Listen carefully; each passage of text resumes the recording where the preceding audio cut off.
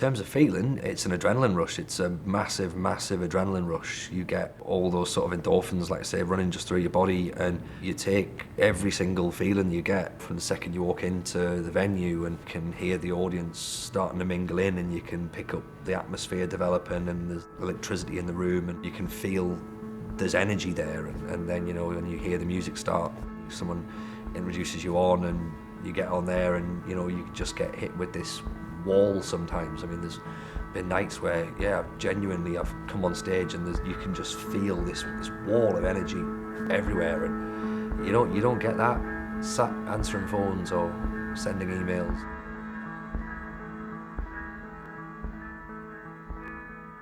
Childhood was very much a case of, you know, the family were always laughing and joking, and that's sort of what you had to do in the way that our family build-up was. It was very much a case of, right, whoever says something the loudest or the quickest is the one that gets heard.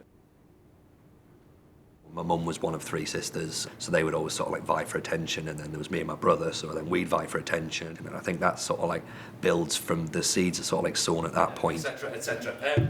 Welcome on, hello. Like, a lot of people will get stage fright and then they'll let it affect them, whereas I think that you maybe need to look at it in terms of embracing that nervous energy that you've got and turning it more positive. I remember, like, when I was just starting to get off the open mic circuit into the proper clubs, I remember just sort of thinking, right, okay, this is vastly different.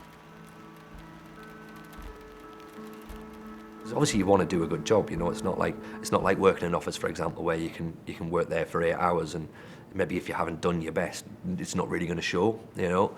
Whereas obviously if you're on stage and everyone's turned up and they've paid good, hard-earned money to come and be entertained, and you've not done a good show, then you get that instant feedback, and you do feel like you've let people down a little bit.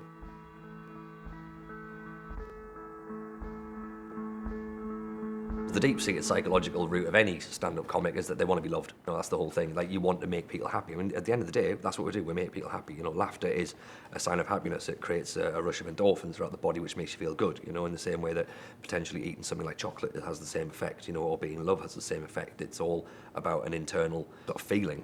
You know, if you're laughing, then that's going to be better than being, you know, anxious or upset. We leave everything we've got happening behind us the second we step foot on that stage. I'm not very good at learning language, because like I say, I lived in Norway for 6 months and stuff, and I was there, and I learned 2 phrases, right, when I was there. 6 months being there, I only learned 2 phrases. One was at Ebronmon, which means I'm a fireman. I'm not.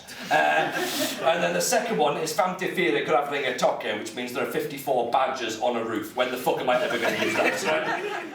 Why do I feel the need to express myself? I think everyone should, to be honest. I think it's one of those things where maybe there's a way that everyone has stuff within them that they want to get out and they want to say, and some people won't say it. They'll just keep it to themselves, and they'll bottle it up, and they'll never want to express it in any way, shape or form. Whereas I think I'm very much down the line of, look, you know, I've got this, what I term a gift of creativity. You know, it's not something that you can teach. I think you're either born with it or you're not born. That's fine, fair play. Was it any idea? No, I didn't say a thing. My lips were moving, but there was no words coming out. I speak ventriloquism. That's what I do. You can teach anyone the fundamentals of any creative outlet. You can teach someone how to paint. You can teach someone how to be a photographer, how to make a film, how to tell a joke. You can't teach the person to have that creative element within them first.